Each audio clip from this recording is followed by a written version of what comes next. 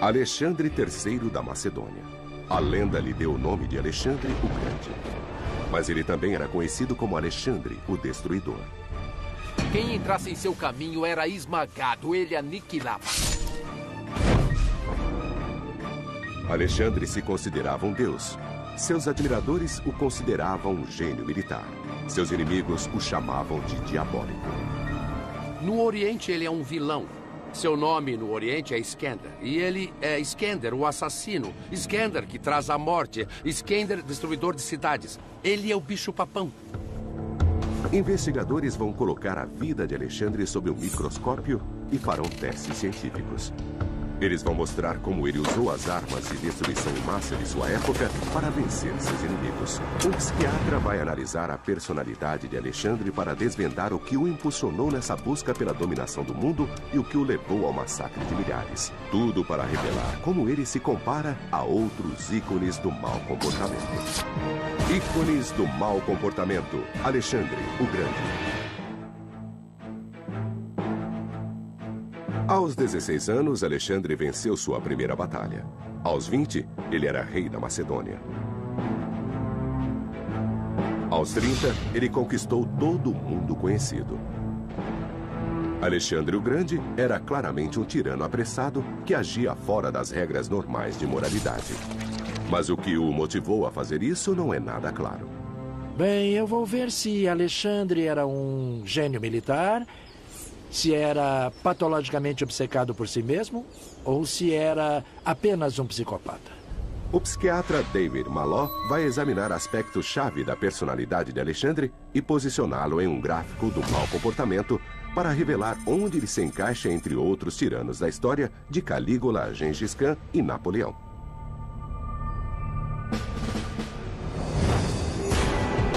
As histórias de horror são muitas. Ele não só destruiu cidades e matou soldados, também massacrou mulheres e crianças inocentes.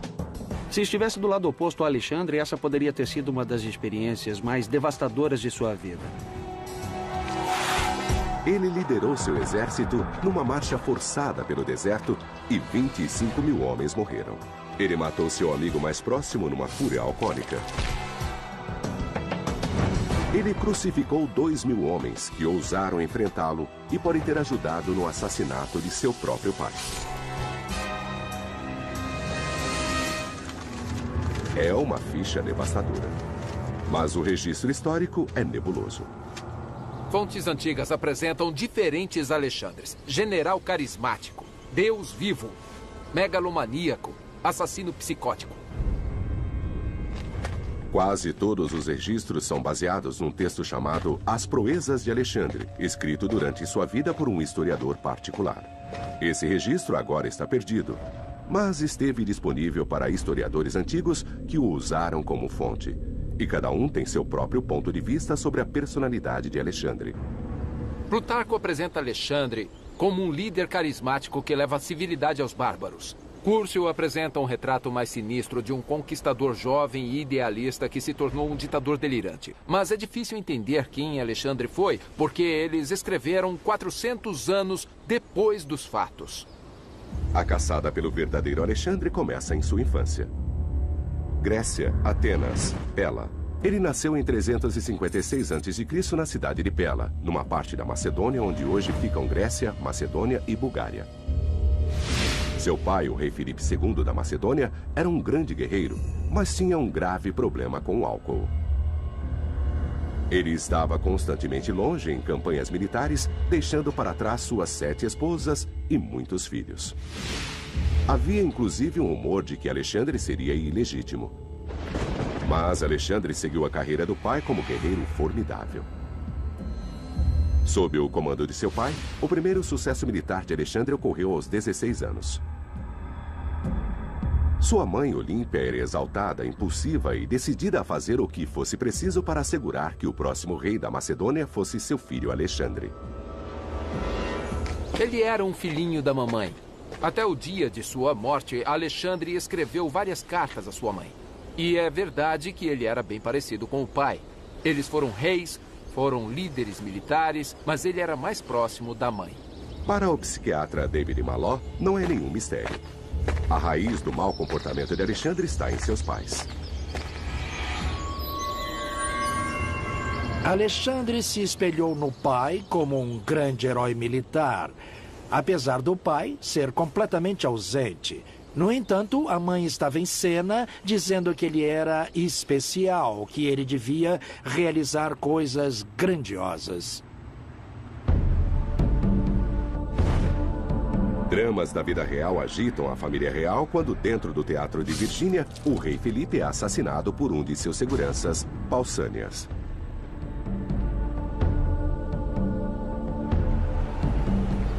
De acordo com algumas fontes, Aristóteles e Diodoro, esse caso estava resolvido.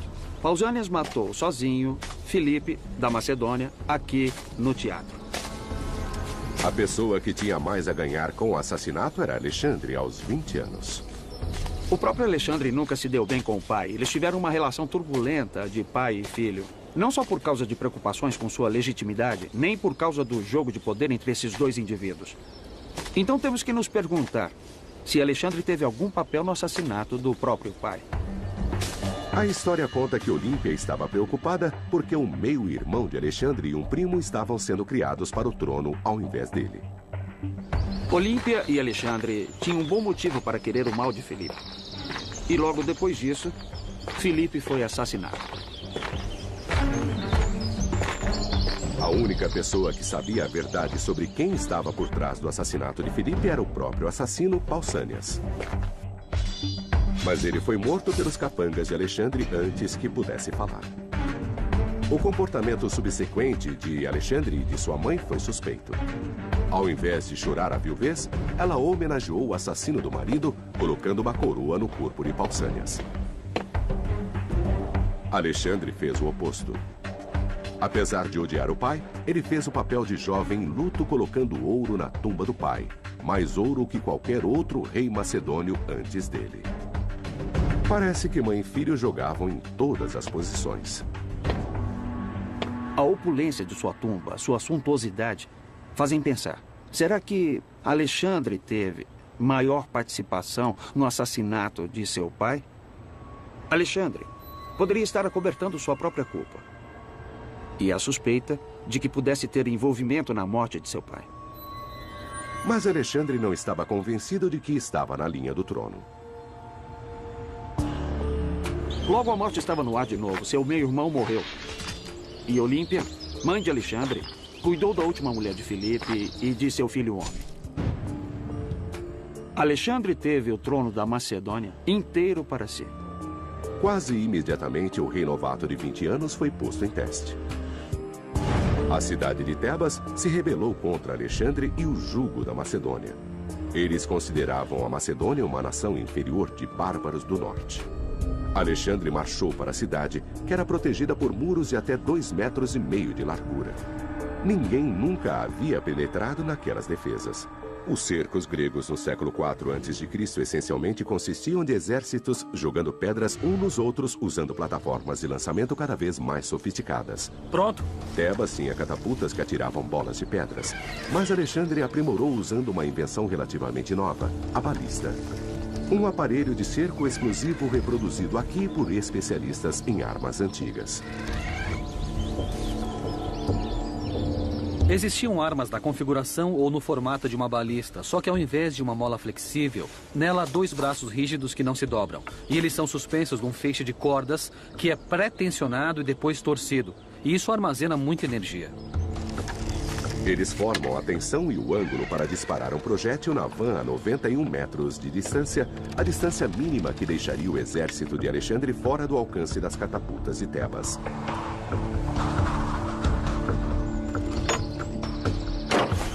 Mas Alexandre precisa de mais do que um golpe direto. Ele precisa de muitos no mesmo lugar para enfraquecer os muros de 2,5 metros de largura. Na primeira tentativa, os projéteis caem perto, a 15 metros. Ainda mantendo a distância de 91 metros, os especialistas mudam o ângulo de disparo e aumentam a tensão, empurrando a munição mais para trás.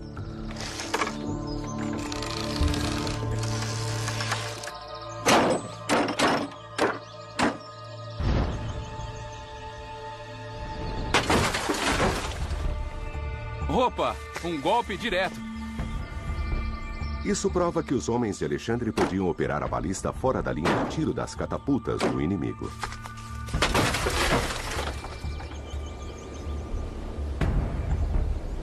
Demos bons tiros. Temos alguns golpes certeiros aqui. E certamente esse aqui foi o nosso melhor tiro. O que realmente demonstra o poder destrutivo disso é o fato de que toda a lateral da van ficou amassada. Isso pode fazer bastante estrago. A arma de Alexandre possibilitou que ele alcançasse além dos muros de Tebas, terminando para sempre com a proteção que as cidades tinham por trás de largos muros. Desse ponto em diante, não tinha mais para onde correr. Não havia lugar livre do exército de Alexandre. Mais de 6.000 pessoas em Tebas foram mortas. A cidade, um dia grandiosa, foi derrubada por um jovem recém-saído da adolescência. Não se deixe enganar pela imagem heróica. Por trás da beleza juvenil de Alexandre, basicamente era um Saddam Hussein. Num minuto ele era seu melhor amigo, no outro estava cortando sua cabeça. Então, quando a cidade de Tebas se rebelou, ele não só a puniu, ele a destruiu. Ele basicamente disse a todas as outras cidades gregas: me enfrentem e corram os riscos. E quer saber, funcionou. Em Tebas, 30.000 sobreviventes, inclusive mulheres e crianças, foram vendidos como escravos. Alexandre aterrorizou o resto da Grécia para submetê-la. Ela nunca mais se rebelaria contra Alexandre. Agora, ele estava pronto para aterrorizar todo o mundo conhecido. Alexandre o Grande, aos 20 anos, destruiu a cidade rebelde de Tebas. Agora ele planejava uma campanha militar que nem seu pai realizou. Ele estava prestes a tomar o poderoso Império Persa. A cabeça de ponte da grande invasão de Alexandre foi a cidade de Troia, cenário de lendárias batalhas entre gregos e troianos. Troia. Para Alexandre, era uma peregrinação.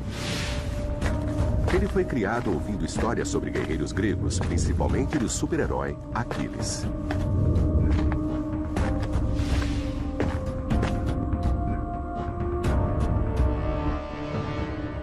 Alexandre queria ser um outro Aquiles. Esse era o seu modelo. A mãe de Aquiles disse que ele teria uma escolha na vida. Ele poderia morrer velho e ser esquecido, ou morrer jovem e ser lembrado para sempre. Alexandre, então, fez a sua escolha quando chegou aqui em Troia. Alexandre tinha bons motivos para se sentir próximo de Aquiles e acreditar que ele também tinha um grande dom. Era tudo coisa de sua mãe. A mãe de Alexandre era muito ambiciosa. Fazia com que ele se sentisse especial, dizendo que ele faria coisas grandiosas. Na verdade, ela talvez tenha dito que ele era descendente dos deuses. Isso foi reforçado por seus tutores, que deram a ele o título de Aquiles, o maior guerreiro grego de todos. Depois de prestar homenagens a seu herói, Alexandre seguiu para a Pérsia, inimiga de longa data dos antigos gregos. Aqui, nas margens do rio Grânico, ele enfrentou as forças do rei Dario III. Com Felipe fora do caminho, Alexandre herdou a conquista da Pérsia e justificou isso como uma punição pelos persas terem profanado os templos gregos durante a Guerra da Pérsia. Era uma cruzada, uma guerra de vingança contra um antigo ato terrorista acontecido mais de um século antes. Claro que era só uma desculpa. Alexandre invadiu a Turquia e encontrou um exército persa enviado para cá para detê-lo nas margens do rio Grânico.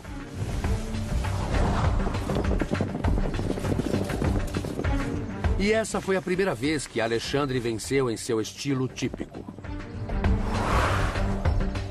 3.000 foram cercados e derrotados. Foi um massacre sangrento. Outros 2.000 se renderam, mas foram vendidos como escravos por Alexandre, como um aviso para que não o enfrentassem. Uma vitória impressionante. De acordo com fontes, Alexandre perdeu menos de 200 homens e fortaleceu a crença de que seria o novo Aquiles. Os persas estavam na defensiva e a Turquia agora pertencia a Alexandre. Depois de assegurar a Turquia, ele não seguiu a estratégia óbvia. Ele não correu para o leste para assegurar os portos do leste do Mediterrâneo antes que os persas pudessem reforçá-los. Ele seguiu para o norte, para um lugar chamado Górdio, o que pode parecer bastante bizarro, caso você não conheça a lenda do nó Górdio. A história contava que no palácio dos antigos reis da Frígia havia um nó, que amarrava um carro de boi a uma estaca no chão.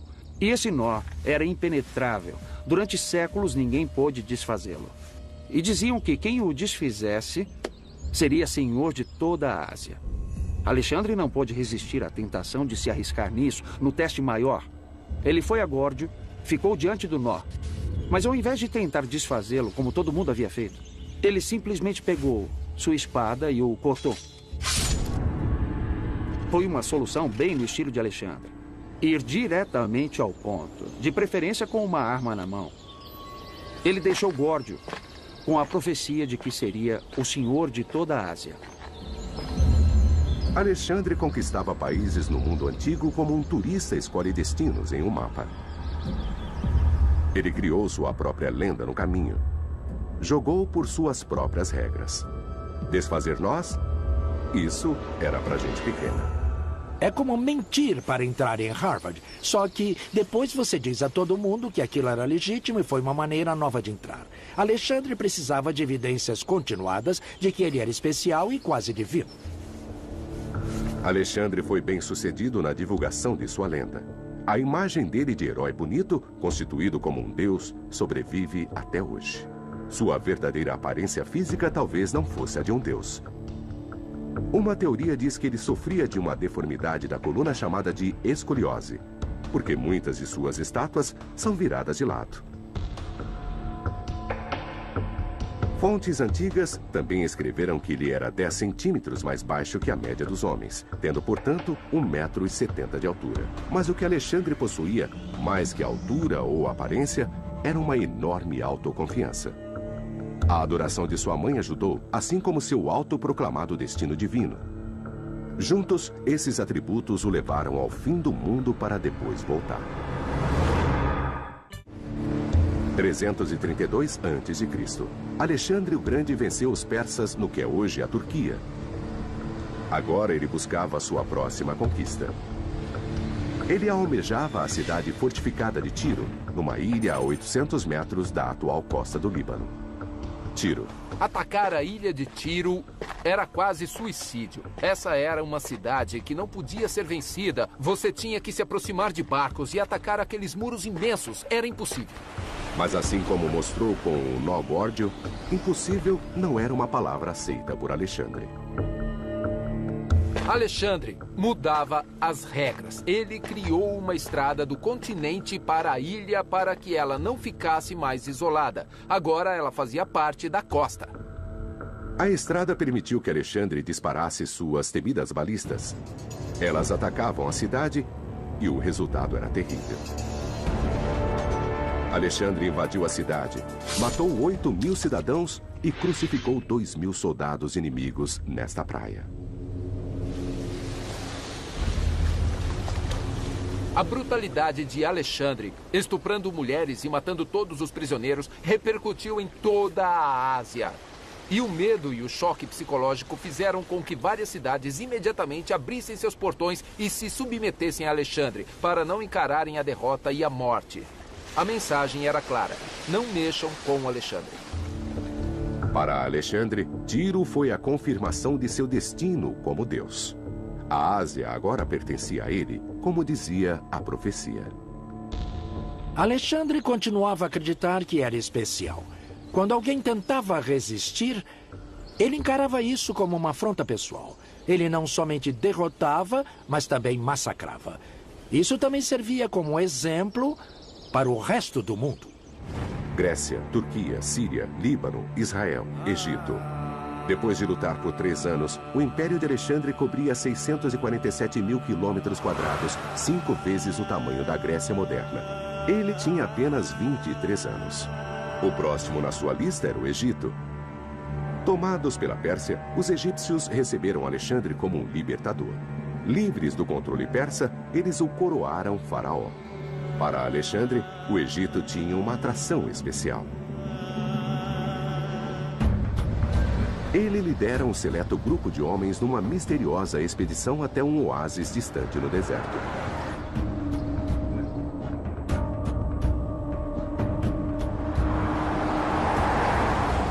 Se Alexandre e seus homens ficassem sem água, estavam perdidos. É uma viagem de 1000 quilômetros pelo meio do deserto. Se acontecesse uma tempestade de areia, os rastros dos quais até os guias locais dependem estariam desfeitos e Alexandre e seus homens estariam perdidos para sempre num mar de areia. Então, seja o que for que ele buscava no oásis de Siwa, Alexandre deve ter achado que valia a pena correr o risco. Havia um local sagrado na lista de Alexandre, o oráculo de Amon, no oásis de Siwa.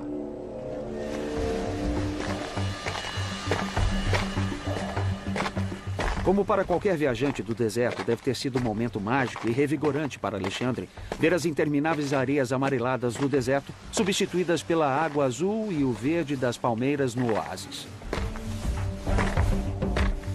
Alexandre não veio aqui pela paisagem. Ele estava em busca de respostas. O oráculo era um lugar onde os antigos consultavam os deuses por via do sacerdote residente. Primeiro, Alexandre decidiu acabar com qualquer rumor de que estava envolvido no assassinato de seu pai. Ele perguntou ao sacerdote se o culpado foi punido. O sacerdote disse que sim. Caso encerrado. Então, se pensarmos no possível envolvimento de Alexandre na morte de seu pai e da necessidade de constantemente se livrar dessas acusações aos olhos do público, então essa viagem até Siwa para fazer essa pergunta passa a fazer mais sentido.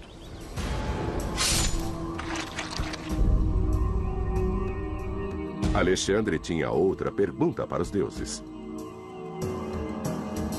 Ele conquistaria todo o mundo? Ele recebeu sua resposta em grego truncado.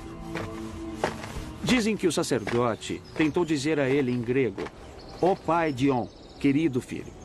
Mas seu grego não era muito bom, e ao invés disso ele teria dito, "Ó pai Dios, filho de um deus." Então, Alexandre saiu de Siwa não só homem, mas acreditando ser um deus.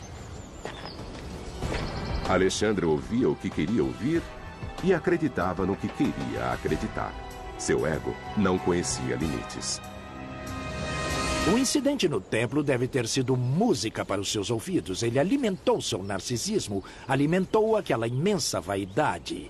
Alexandre tinha uma necessidade de ser especial e único. Ele já tinha feito muitas coisas, mas queria ampliar essa ideia de que era único para o mundo ao seu redor.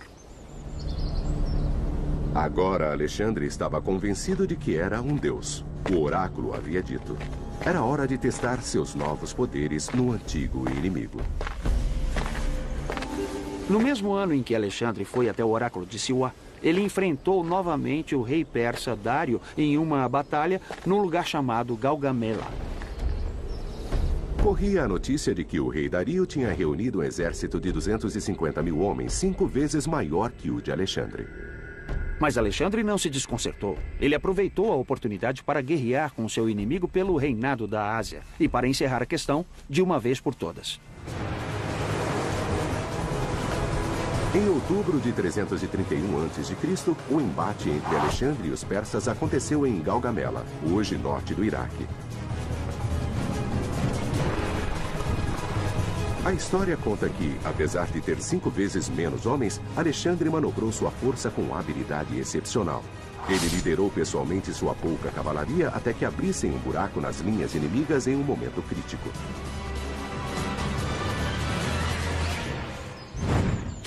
Com sua mente aguçada para a tática militar, Alexandre teve sucesso combinando sua cavalaria com infantaria munida de uma arma simples.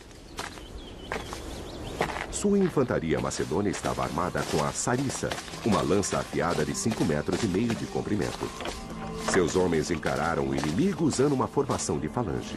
Uma equipe vai testar o sucesso da sarissa na formação de falange. Nesse agrupamento, as longas lanças levadas por todos os homens, até mesmo os que ficam 4 fileiras atrás, são armas eficazes. Isso tem uma vantagem, comparado ao estilo de luta só com os homens da frente. Uma fileira de cada vez. É uma disputa e tanto, porque os únicos que poderiam usá-las eram os homens da frente, enquanto eles têm fileiras de caras com suas lanças perto de mim. Todos os meus colegas têm lanças assim. Eu tenho que passar por um de cada vez. Mas você vê que parece que estou diante de um ouriço.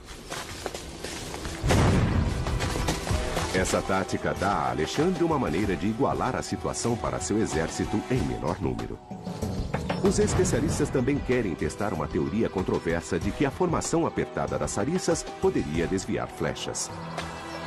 Fardos de feno representando os soldados macedônios são colocados atrás da proteção de uma floresta de sariças. Mas isso funciona? Parece mesmo que as flechas são desviadas. Você ouve o som quando elas atingem uma sariça. Só uma inspeção de perto vai dizer ao certo. Há um macedônio morto aqui. Algumas flechas foram desviadas, mas 80% passaram. A teoria da muralha impenetrável de lanças de Alexandre não resiste ao teste. Mas a genialidade militar de Alexandre é suficiente. O exército macedônio estava sem dúvidas no seu melhor período, nada se igualava. Com Alexandre no comando, ele nunca perdeu uma batalha. Academias militares estudam suas táticas até hoje. O Pentágono editou uma monografia com um capítulo inteiro dedicado às táticas de Alexandre. Depois da Batalha de Gaugamela, a resistência persa desmoronou. Alexandre era o governante inconteste da Pérsia. Ele era, sem dúvidas, o homem mais poderoso do mundo. Mas o poder subiu à sua cabeça.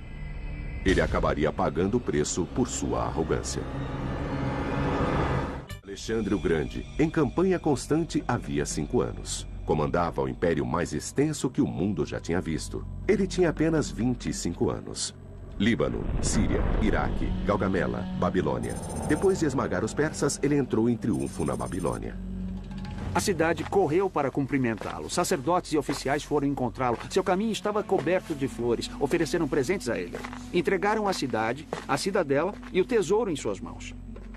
E logo os babilônios também coroariam Alexandre, o rei do universo.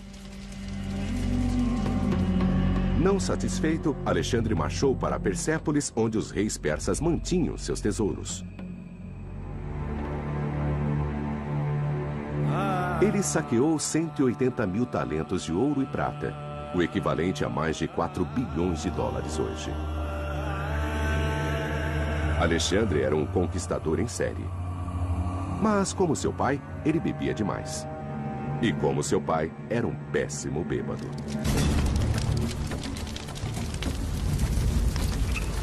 Durante uma das bebedeiras noturnas de Alexandre em Persépolis, um dos gregos gritou: "Vamos incendiar o palácio de Dario." Alexandre, em seu estado de euforia etílica, concordou. E, naquela noite, os soldados gregos incendiaram o palácio de Persépolis. O próprio Alexandre atirou a primeira tocha e depois assistiu enquanto uma das construções mais bonitas do mundo antigo virava fumaça.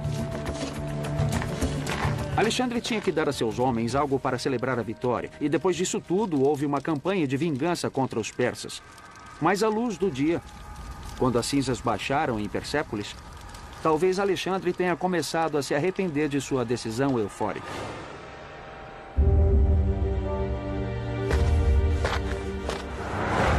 Para muitos dos leais soldados de Alexandre, a grande aventura começava a perder a graça.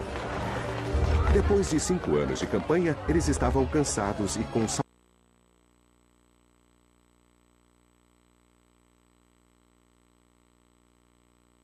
Alexandre começava a adotar alguns desses costumes. E seus homens não gostaram disso. Alexandre começou a recrutar os persas para seu exército. Começou a convidá-los para sua corte. Depois fez o impensável. Começou a se tornar um nativo. Ele adotou seus costumes, adotou suas vestimentas e para soldados macedônios isso era inaceitável. Eles não tinham vindo para se tornarem persas. Vieram para conquistar. Alexandre passou a ter 2 reações à tomada da Pérsia. Primeiro, eles validavam o ponto de vista de que ele era um dos maiores líderes do mundo. Por outro lado, as reclamações dos seus homens começaram a irritá-lo. Eles eram um insulto ao seu narcisismo. Alexandre ainda gostava de seguir o modelo do lendário guerreiro Aquiles. E como Aquiles, ele tinha um parceiro de longa data. Heféstion, parte do círculo íntimo que alimentava sua vaidade. Alexandre alimentava o culto da personalidade como ninguém o fez antes. Como temos hoje ditadores promovendo um culto a si mesmos, Lenin, Stalin, Saddam Hussein, Alexandre promovia sua imagem em estátuas e moedas. Ele se tornou onipresente. Construiu essa ideia de que era maior que os humanos. Uma outra maneira de Alexandre imprimir sua autoridade em seu império era fundando e depois dando seu nome a cidades. A mais famosa delas foi Alexandria. Mas dizem que Alexandre deu seu nome não só a uma cidade, mas a 57 cidades. E o nome de seu cavalo, e talvez até o nome de seu cachorro a outras. Isso sinaliza um tipo de comportamento que ditadores da Europa do século XX também usaram. Isso enfatiza a necessidade dele em imprimir uma autoridade no local, mas também um desejo e uma crença de imprimir sua lenda na história para todo sempre. E a maneira de fazer história era continuar vencendo batalhas e expandindo o império. Os soldados podiam querer ir para casa, mas Alexandre não deixava. Ele precisava de reforço constante no seu desejo por fama e glória. Alexandre queria conquistar o mundo porque ele precisava ser especial. A pessoa mais poderosa do mundo. Ele agora tinha tanto descaso pelos outros que escolheu uma esposa persa, sem se importar em como isso ofenderia seus soldados. O casamento com uma noiva estrangeira, uma princesa persa, era uma grande política para os persas, mas era ultrajante para os soldados. Ele arruinou sua reputação com os macedônios. Para piorar a situação, Alexandre ordenou que seus homens, quando em sua presença, fizessem a prosinese, o ato de se prostrar em obediência. Para os gregos, essa era uma honra reservada somente aos deuses. Se Alexandre sabia do descontentamento, não demonstrou nenhum sinal de preocupação. Logo, um plano de assassinato estava no ar. Um homem chamado Filotas e seu pai Parmênio foram acusados de tentativa de assassinato de Alexandre. Era uma acusação grave. Mas Alexandre a levou tão a sério porque, pouco antes disso, Filotas tinha dito a Alexandre que todo o seu sucesso em campanhas militares não era devido ao seu gênio, mas ao de Parmênio, seu general, pai de Filotas. Foi esse insulto à sua habilidade e ao seu sucesso que talvez tenha feito Alexandre levar essa teoria conspiratória tão a sério. Alexandre decidiu se livrar desse probleminha rapidamente. Ele não esperou um julgamento ser feito. Mandou assassinos matarem Filotas e Parmênio.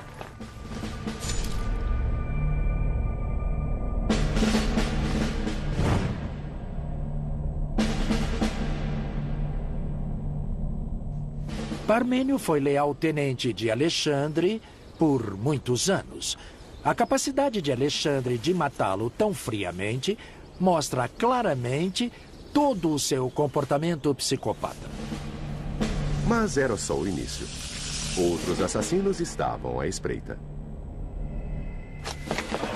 Apenas 2 anos depois, a mesma coisa aconteceu. Um amigo de Alexandre se excedeu e logo foi acusado de tentativa de assassinato. E ao invés de matar, foi morto.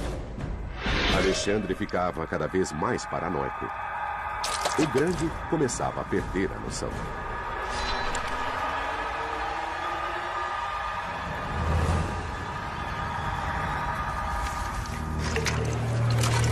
Alexandre recorreu à bebida de novo com consequências devastadoras.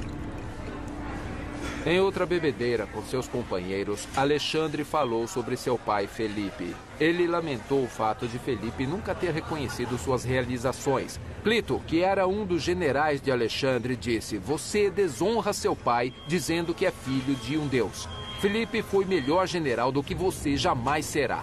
Enfurecido, Alexandre pegou uma lança e avançou em Clito, matando-o instantaneamente. De acordo com fontes, Alexandre se encheu de remorso. Ele tentou se matar com uma lança e teve que ser contido.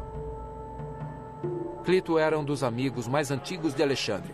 A tentativa de suicídio e a reclusão em sua tenda por 3 dias podiam ser uma dramatização inteligente, algo para satisfazer as tropas, mas pareceu ser algo muito sentido. Houve remorso.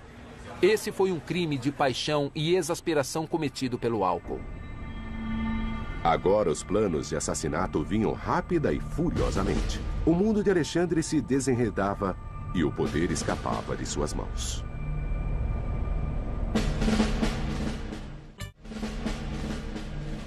As coisas ficavam mais difíceis para Alexandre. As tensões continuavam a aumentar entre seus soldados e seu progresso incansável para o Oriente desacelerava.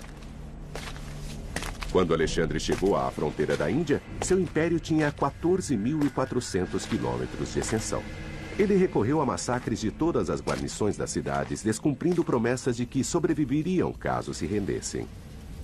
Afeganistão, Paquistão.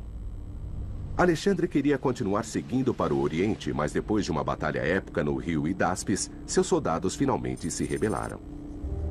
Os homens de Alexandre estavam cansados de estarem longe de suas casas e famílias por mais de 8 anos. Eles também estavam cada vez mais cansados do estilo de liderança ditatorial de Alexandre. Parecido com o rei da Pérsia, que ele havia substituído. E eles tinham vindo para a Ásia para vingar os males que o rei da Pérsia tinha feito à Macedônia. Eles vingaram.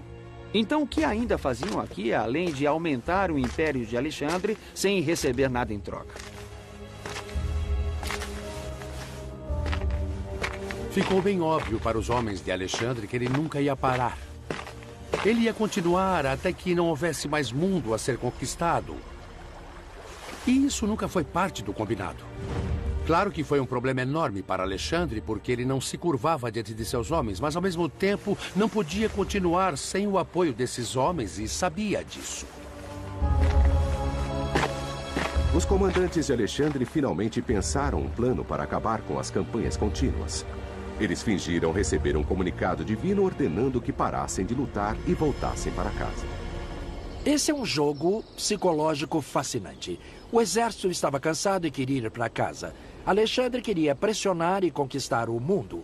Precisavam de um mecanismo que preservasse o exército e não ferisse o narcisismo de Alexandre. O comunicado divino era a solução perfeita. Alexandre concordou em voltar, mas não facilitou em nada. Ao invés de seguir uma rota pela costa, ele insistiu em seguir a oeste através do deserto de Gredósia, que hoje fica ao sul do Irã. É um dos lugares mais proibidos da Terra, com calor abrasador e areia profunda. Não havia água suficiente e logo nem comida. Os homens comeram seus próprios cavalos e continuaram a pé. Por que Alexandre escolheu cruzar esse deserto inóspito? Principalmente quando poderia simplesmente colocar seus homens em navios na maior parte da viagem. Alguns dizem que foi porque ele queria punir seus homens por terem se recusado a segui-lo mais adentro do Oriente. Seus homens pagaram com suas vidas por sua falta de lealdade. 25.000 homens, mais de 3/4 da força de Alexandre, morreram no deserto. Quando voltou para a Pérsia, Alexandre era um governante bem mais ríspido. Ele acusou governadores de crimes em sua ausência e mandou executá-los. Soldados amotinados foram cercados e mortos. E quando seu amigo mais próximo, Hefestion, morreu de uma febre em 324 a.C., Alexandre atirou em todas as direções, culpando inocentes pela morte de seu amigo. O médico que não conseguiu salvar a vida de Hefestion foi executado sob ordens de Alexandre. Jovens locais foram mortos em cima do corpo. E Hefestion passou a ser adorado como um herói. Tudo isso forma uma ideia de Alexandre como um homem que foi além do esperado como regra na sociedade grega, tanto em termos de suas relações como homem, como também em termos do que se esperava dele como rei. Alexandre nunca se recuperou da morte de seu amigo. Na Babilônia, ele abriu uma garrafa de vinho uma última vez. Depois de uma noite de farra alcoólica, Alexandre reclamou de fortes dores de barriga. Ele foi tomado por uma febre que durou 12 dias. Faziam apenas 8 meses que o amigo mais próximo de Alexandre havia morrido com sintomas quase idênticos. De acordo com o historiador Arriano, Alexandre perdeu aos poucos a força das pernas e ficou confinado à cama. Depois perdeu o movimento dos braços e a fala. Sintomas que apontam para o que os médicos chamam de paralisia ascendente. Há poucos dias de seu 33º aniversário, em 323 a.C., o maior conquistador que o mundo já conheceu morreu.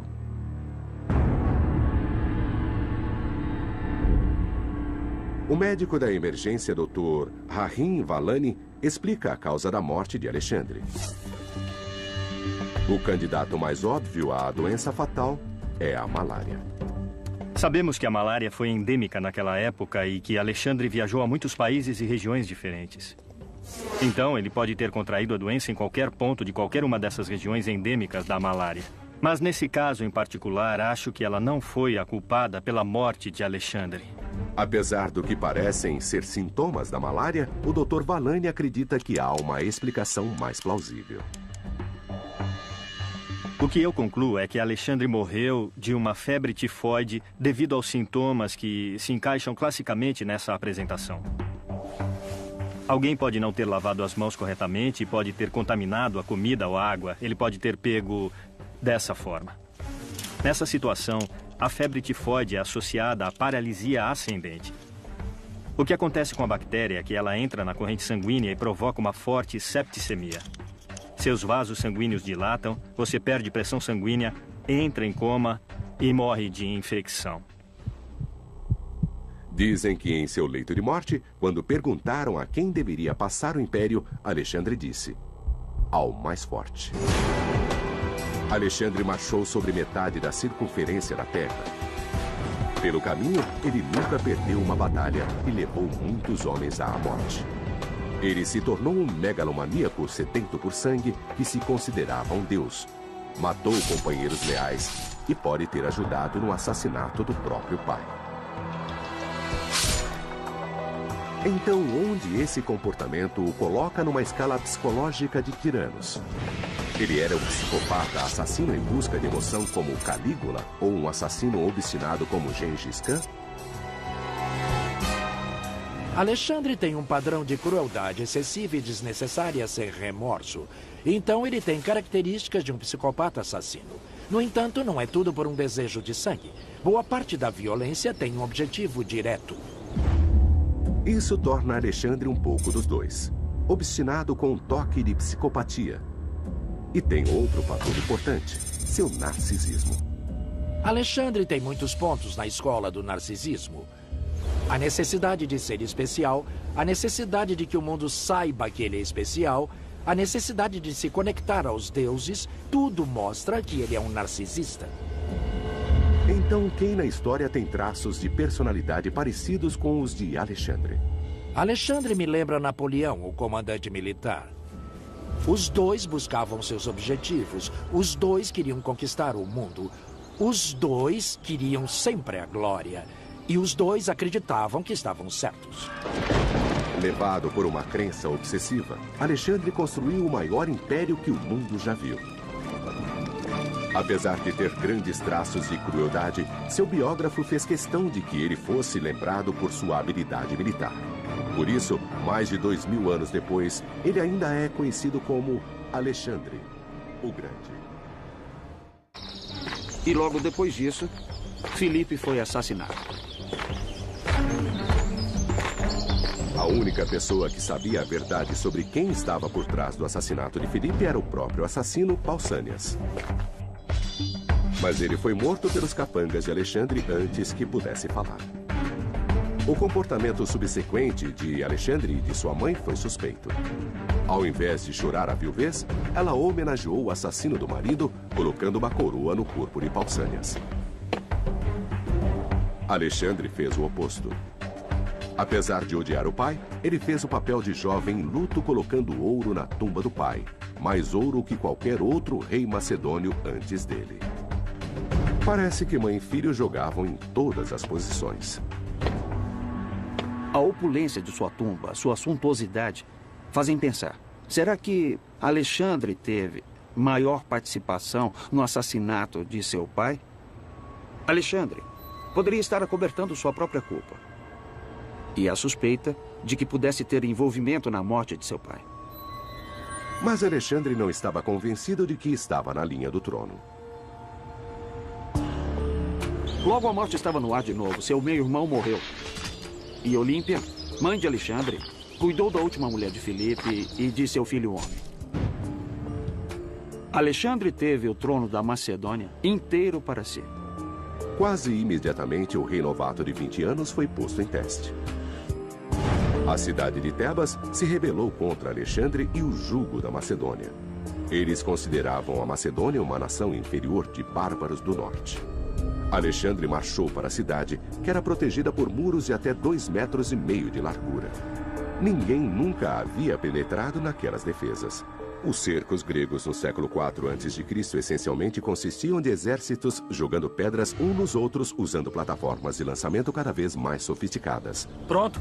Tebas tinha catapultas que atiravam bolas de pedras, mas Alexandre aprimorou usando uma invenção relativamente nova, a balista. Um aparelho de cerco explosivo reproduzido aqui por especialistas em armas antigas.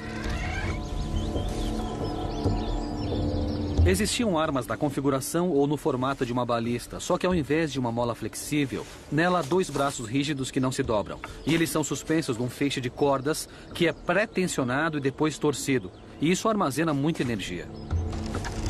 Eles formam a tensão e o ângulo para disparar um projétil na van a 91 metros de distância, a distância mínima que deixaria o exército de Alexandre fora do alcance das catapultas de Tebas.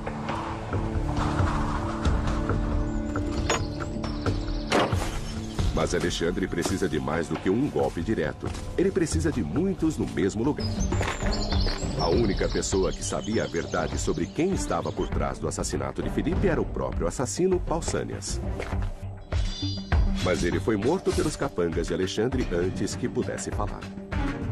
O comportamento subsequente de Alexandre e de sua mãe foi suspeito. Ao invés de chorar a viuvez, ela homenageou o assassino do marido, colocando uma coroa no corpo de Pausanias. Alexandre fez o oposto. Apesar de odiar o pai, ele fez o papel de jovem em luto, colocando ouro na tumba do pai. Mais ouro que qualquer outro rei macedônio antes dele. Parece que mãe e filho jogavam em todas as posições. A opulência de sua tumba, sua suntuosidade, fazem pensar. Será que Alexandre teve maior participação no assassinato de seu pai? Alexandre poderia estar acobertando sua própria culpa. E a suspeita de que pudesse ter envolvimento na morte de seu pai. Mas Alexandre não estava convencido de que estava na linha do trono. Logo a morte estava no ar de novo. Seu meio-irmão morreu. E Olímpia, mãe de Alexandre, cuidou da última mulher de Filipe e de seu filho homem. Alexandre teve o trono da Macedônia inteiro para si. Quase imediatamente, o rei novato de 20 anos foi posto em teste. A cidade de Tebas se rebelou contra Alexandre e o jugo da Macedônia. Eles consideravam a Macedônia uma nação inferior de bárbaros do norte. Alexandre marchou para a cidade, que era protegida por muros de até 2,5 metros de largura. Ninguém nunca havia penetrado naquelas defesas. Os cercos gregos no século IV a.C. essencialmente consistiam de exércitos jogando pedras uns nos outros, usando plataformas de lançamento cada vez mais sofisticadas. Pronto. Tebas tinha catapultas que atiravam bolas de pedras, mas Alexandre aprimorou usando uma invenção relativamente nova, a balista. Um aparelho de cerco explosivo reproduzido aqui por especialistas em armas antigas. Existiam armas da configuração ou no formato de uma balista, só que ao invés de uma mola flexível, nela há 2 braços rígidos que não se dobram. E eles são suspensos num feixe de cordas que é pré-tensionado e depois torcido. E isso armazena muita energia. Eles formam a tensão e o ângulo para disparar um projétil na van a 91 metros de distância, a distância mínima que deixaria o exército de Alexandre fora do alcance das catapultas de Tebas.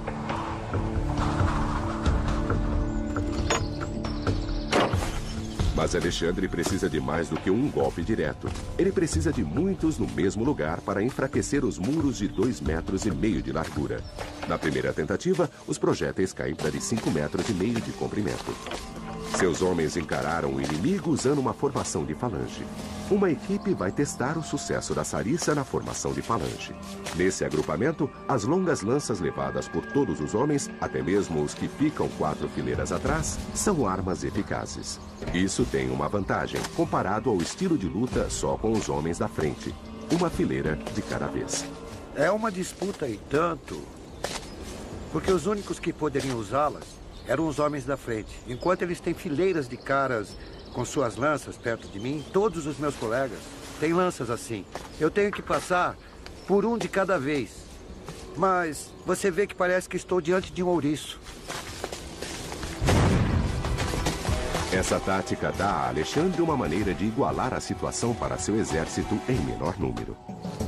Os especialistas também querem testar uma teoria controversa de que a formação apertada das sarissas poderia desviar flechas. Fardos de feno representando os soldados macedônios são colocados atrás da proteção de uma floresta de sarissas. Mas isso funciona? Parece mesmo que as flechas são desviadas. Você ouve o som quando elas atingem uma sarissa. Só uma inspeção de perto vai dizer ao certo. Há um macedônio morto aqui. Algumas flechas foram desviadas, mas 80% passaram. A teoria da muralha impenetrável de lanças de Alexandre não resiste ao teste. Mas a genialidade militar de Alexandre é suficiente. O exército macedônio estava sem dúvidas no seu melhor período, nada se igualava. Com Alexandre no comando, ele nunca perdeu uma batalha. Academias militares estudam suas táticas até hoje. O Pentágono editou uma monografia com um capítulo inteiro dedicado às táticas de Alexandre. Depois da Batalha de Gaugamela, a resistência persa desmoronou. Alexandre era o governante inconteste da Pérsia. Ele era, sem dúvidas, o homem mais poderoso do mundo. Mas o poder subiu à sua cabeça. Ele acabaria pagando o preço por sua arrogância. Alexandre o Grande, em campanha constante havia 5 anos. Comandava o império mais extenso que o mundo já tinha visto. Ele tinha apenas 25 anos. Líbano, Síria, Iraque, Gaugamela, Babilônia. Depois de esmagar os persas, ele entrou em triunfo na Babilônia. A cidade correu para cumprimentá-lo. Sacerdotes e oficiais foram encontrá-lo. Seu caminho estava coberto de flores. Ofereceram presentes a ele. Entregaram a cidade, a cidadela e o tesouro em suas mãos. E logo os babilônios também coroariam Alexandre, o rei do universo. Poderia desviar flechas. Fardos de feno representando os soldados macedônios são colocados atrás da proteção de uma floresta de sarissas. Mas isso funciona? Parece mesmo que as flechas são desviadas. Você ouve o som quando elas atingem uma sarissa. Só uma inspeção de perto vai dizer ao certo. Há um macedônio morto aqui. Algumas flechas foram desviadas, mas 80% passaram. A teoria da muralha impenetrável de lanças de Alexandre não resiste ao teste. Mas a genialidade militar de Alexandre é suficiente. O exército macedônio estava sem dúvidas no seu melhor período, nada se igualava. Com Alexandre no comando, ele nunca perdeu uma batalha. Academias militares estudam suas táticas até hoje. O Pentágono editou uma monografia com um capítulo inteiro dedicado às táticas de Alexandre. Depois da Batalha de Gaugamela, a resistência persa desmoronou. Alexandre era o governante inconteste da Pérsia. Ele era, sem dúvidas, o homem mais poderoso do mundo. Mas o poder subiu à sua cabeça. Ele acabaria pagando o preço por sua arrogância. Alexandre o Grande, em campanha constante havia 5 anos. Comandava o império mais extenso que o mundo já tinha visto. Ele tinha apenas 25 anos. Líbano, Síria, Iraque, Gaugamela, Babilônia. Depois de esmagar os persas, ele entrou em triunfo na Babilônia. A cidade correu para cumprimentá-lo. Sacerdotes e oficiais foram encontrá-lo. Seu caminho estava coberto de flores. Ofereceram presentes a ele. Entregaram a cidade, a cidadela e o tesouro em suas mãos. E logo os babilônios também coroariam Alexandre, o rei do universo. Não satisfeito, Alexandre marchou para Persépolis, onde os reis persas mantinham seus tesouros. Ele saqueou 180 mil talentos de ouro e prata, o equivalente a mais de 4 bilhões de dólares hoje. Alexandre era um conquistador em série. Mas, como seu pai, ele bebia demais. E como seu pai, era um péssimo bêbado.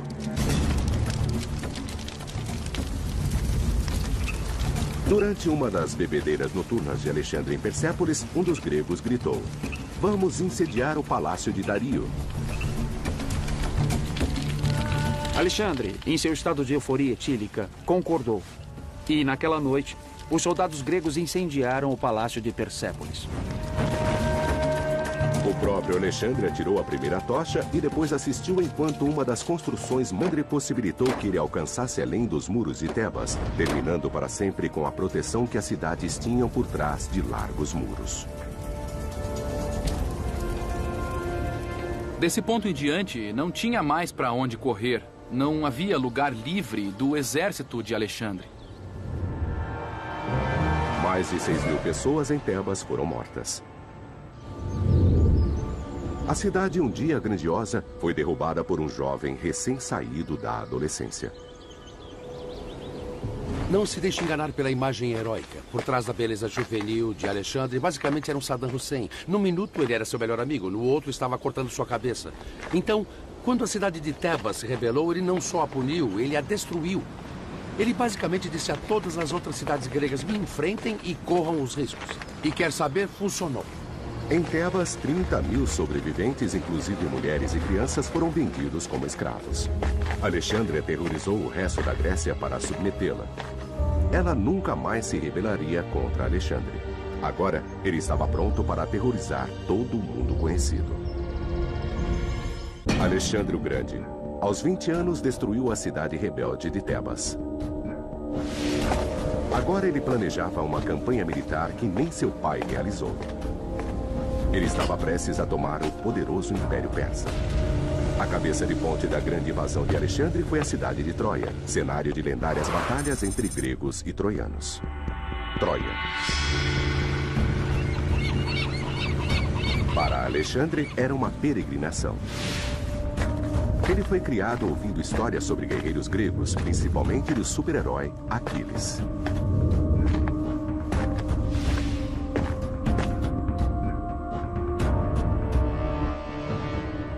Alexandre queria ser um outro Aquiles. Esse era o seu modelo. A mãe de Aquiles disse que ele teria uma escolha na vida.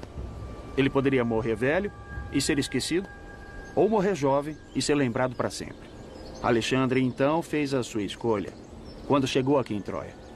Alexandre tinha bons motivos para se sentir próximo de Aquiles e acreditar que ele também tinha um grande dom. Era tudo coisa de sua mãe. A mãe de Alexandre era muito ambiciosa. Fazia com que ele se sentisse especial, dizendo que ele faria coisas grandiosas. Na verdade, ela talvez tenha dito que ele era descendente dos deuses. Isso foi reforçado por seus tutores, que deram a ele o título de Aquiles, o maior guerreiro grego de todos. Depois de prestar homenagens a seu herói, Alexandre seguiu para a Pérsia, inimiga de longa data dos antigos gregos. Aqui, nas margens do rio Grânico, ele enfrentou as dúvidas do homem mais poderoso do mundo. Mas o poder subiu à sua cabeça. Ele acabaria pagando o preço por sua arrogância. Alexandre o Grande, em campanha constante havia 5 anos. Comandava o império mais extenso que o mundo já tinha visto. Ele tinha apenas 25 anos. Líbano, Síria, Iraque, Galgamela, Babilônia. Depois de esmagar os persas, ele entrou em triunfo na Babilônia. A cidade correu para cumprimentá-lo. Sacerdotes e oficiais foram encontrá-lo. Seu caminho estava coberto de flores. Ofereceram presentes a ele. Entregaram a cidade, a cidadela e o tesouro em suas mãos. E logo os babilônios também coroariam Alexandre, o rei do universo. Não satisfeito, Alexandre marchou para Persépolis, onde os reis persas mantinham seus tesouros. Ele saqueou 180 mil talentos de ouro e prata, o equivalente a mais de 4 bilhões de dólares hoje. Alexandre era um conquistador em série. Mas, como seu pai, ele bebia demais. E como seu pai, era um péssimo bêbado.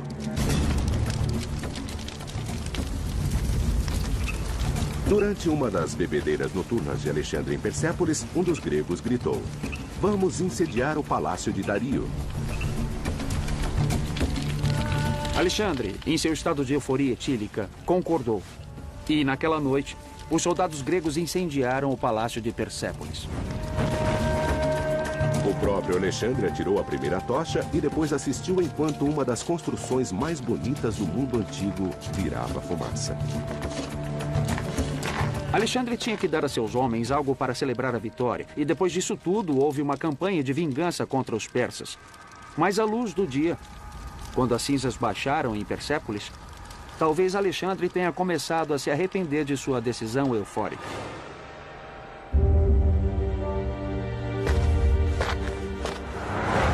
Para muitos dos leais soldados de Alexandre, a grande aventura começava a perder a graça. Depois de 5 anos de campanha, eles estavam cansados e com saudade.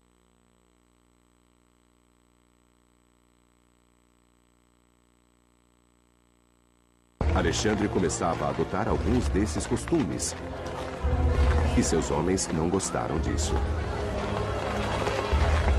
Alexandre começou a recrutar os persas para seu exército. Começou a convidá-los para sua corte. Depois fez o impensável. Começou a se tornar um nativo. Ele adotou seus costumes, adotou suas vestimentas e para soldados macedônios isso era inaceitável. Eles não tinham vindo para se tornarem persas. Vieram para conquistar. Alexandre passou a ter Muito sentido. Houve remorso. Esse foi um crime de paixão e exasperação cometido pelo álcool. Agora os planos de assassinato vinham rápida e furiosamente. O mundo de Alexandre se desenredava e o poder escapava de suas mãos.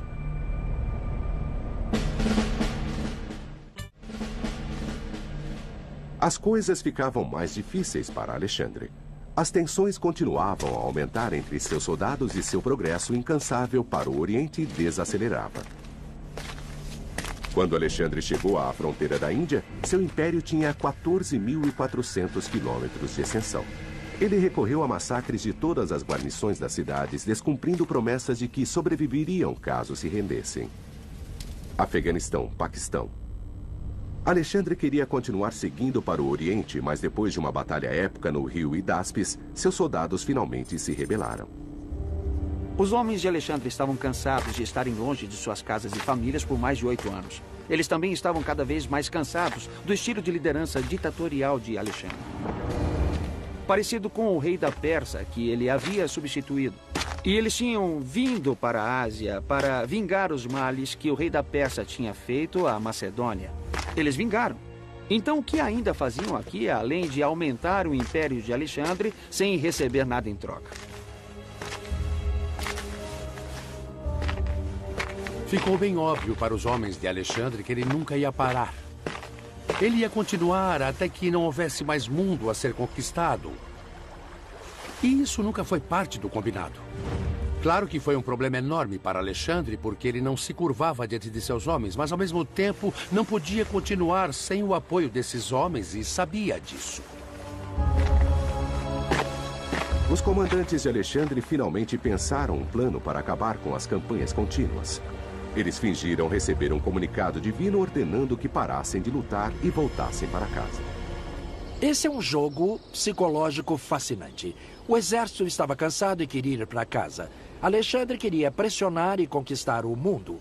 Precisavam de um mecanismo que preservasse o exército e não ferisse o narcisismo de Alexandre. O comunicado divino era a solução perfeita. Alexandre concordou em voltar, mas não facilitou em nada. Ao invés de seguir uma rota pela costa, ele insistiu em seguir a oeste através do deserto de Gredósia, que hoje fica ao sul do Irã. É um dos lugares mais proibidos da Terra, com calor abrasador e areia profunda. Não havia água suficiente e logo nem comida. Os homens comeram seus próprios cavalos e continuaram a pé. E se submetessem a Alexandre para não encararem a derrota e a morte. A mensagem era clara: não mexam com Alexandre. Para Alexandre, Tiro foi a confirmação de seu destino como Deus. A Ásia agora pertencia a ele, como dizia a profecia. Alexandre continuava a acreditar que era especial. Quando alguém tentava resistir, ele encarava isso como uma afronta pessoal. Ele não somente derrotava, mas também massacrava. Isso também servia como exemplo para o resto do mundo. Grécia, Turquia, Síria, Líbano, Israel, Egito. Depois de lutar por 3 anos, o Império de Alexandre cobria 647 mil quilômetros quadrados, 5 vezes o tamanho da Grécia moderna. Ele tinha apenas 23 anos. O próximo na sua lista era o Egito. Tomados pela Pérsia, os egípcios receberam Alexandre como um libertador. Livres do controle persa, eles o coroaram faraó. Para Alexandre, o Egito tinha uma atração especial. Ele lidera um seleto grupo de homens numa misteriosa expedição até um oásis distante no deserto.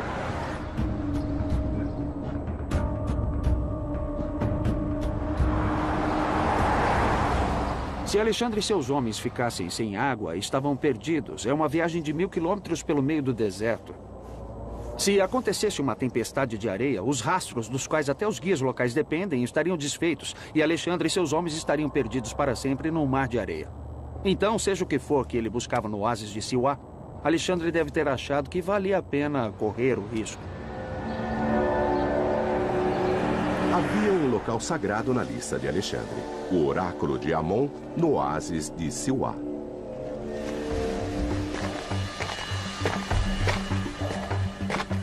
Como para qualquer viajante do deserto, deve ter sido um momento mágico e revigorante para Alexandre ver as intermináveis areias amareladas do deserto substituídas pela água azul e o verde das palmeiras no oásis. Alexandre não veio aqui pela paisagem. Ele estava em busca de respostas. O oráculo era um lugar onde os antigos consultavam os deuses por via do sacerdote residente. Primeiro, Alexandre decidiu acabar com qualquer rumor de que estava envolvido no assassinato de seu pai. Ele perguntou ao sacerdote se o culpado foi punido. O sacerdote disse que sim. Caso encerrado.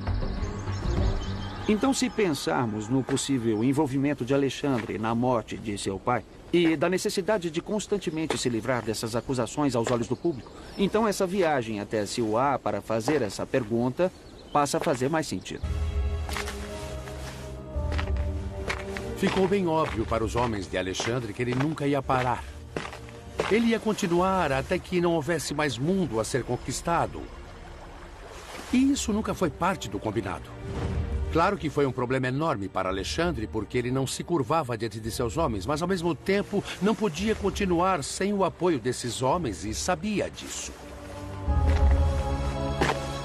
Os comandantes de Alexandre finalmente pensaram um plano para acabar com as campanhas contínuas. Eles fingiram receber um comunicado divino ordenando que parassem de lutar e voltassem para casa. Esse é um jogo psicológico fascinante. O exército estava cansado e queria ir para casa. Alexandre queria pressionar e conquistar o mundo. Precisavam de um mecanismo que preservasse o exército e não ferisse o narcisismo de Alexandre. O comunicado divino era a solução perfeita. Alexandre concordou em voltar, mas não facilitou em nada. Ao invés de seguir uma rota pela costa, ele insistiu em seguir a oeste através do deserto de Gredósia, que hoje fica ao sul do Irã. É um dos lugares mais proibidos da Terra, com calor abrasador e areia profunda. Não havia água suficiente e logo nem comida. Os homens comeram seus próprios cavalos e continuaram a pé. Por que Alexandre escolheu cruzar esse deserto inóspito? principalmente quando poderia simplesmente colocar seus homens em navios na maior parte da viagem. Alguns dizem que foi porque ele queria punir seus homens por terem se recusado a segui-lo mais adentro do Oriente. Seus homens pagaram com suas vidas por sua falta de lealdade. 25 mil homens, mais de 3/4 da força de Alexandre, morreram no deserto. Quando voltou para a Pérsia, Alexandre era um governante bem mais ríspido. Ele acusou governadores de crimes em sua ausência e mandou executá-los. Soldados amotinados foram cercados e mortos. E quando seu amigo mais próximo, Hefestion, morreu de uma febre em 324 a.C., Alexandre atirou em todas as direções, culpando inocentes pela morte de seu amigo.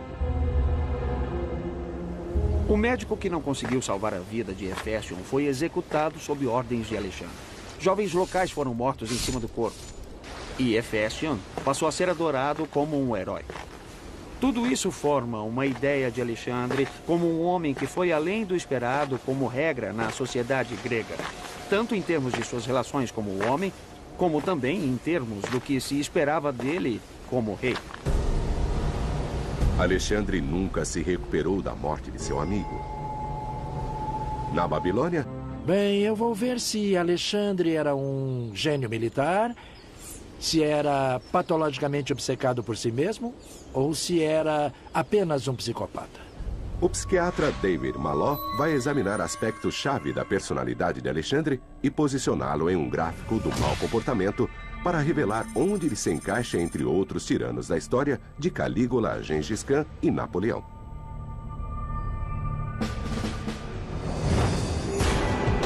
As histórias de horror são muitas. Ele não só destruiu cidades e matou soldados, também massacrou mulheres e crianças inocentes. Se estivesse do lado oposto a Alexandre, essa poderia ter sido uma das experiências mais devastadoras de sua vida. Ele liderou seu exército numa marcha forçada pelo deserto e 25 mil homens morreram. Ele matou seu amigo mais próximo numa fúria alcoólica. Ele crucificou 2.000 homens que ousaram enfrentá-lo e podem ter ajudado no assassinato de seu próprio pai. É uma ficha devastadora.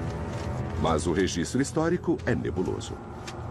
Fontes antigas apresentam diferentes Alexandres. General carismático, Deus vivo, megalomaníaco, assassino psicótico. Quase todos os registros são baseados num texto chamado As Proezas de Alexandre, escrito durante sua vida por um historiador particular. Esse registro agora está perdido, mas esteve disponível para historiadores antigos que o usaram como fonte. E cada um tem seu próprio ponto de vista sobre a personalidade de Alexandre. Plutarco apresenta Alexandre como um líder carismático que leva a civilidade aos bárbaros. Cúrcio apresenta um retrato mais sinistro de um conquistador jovem e idealista que se tornou um ditador delirante. Mas é difícil entender quem Alexandre foi, porque eles escreveram 400 anos depois dos fatos.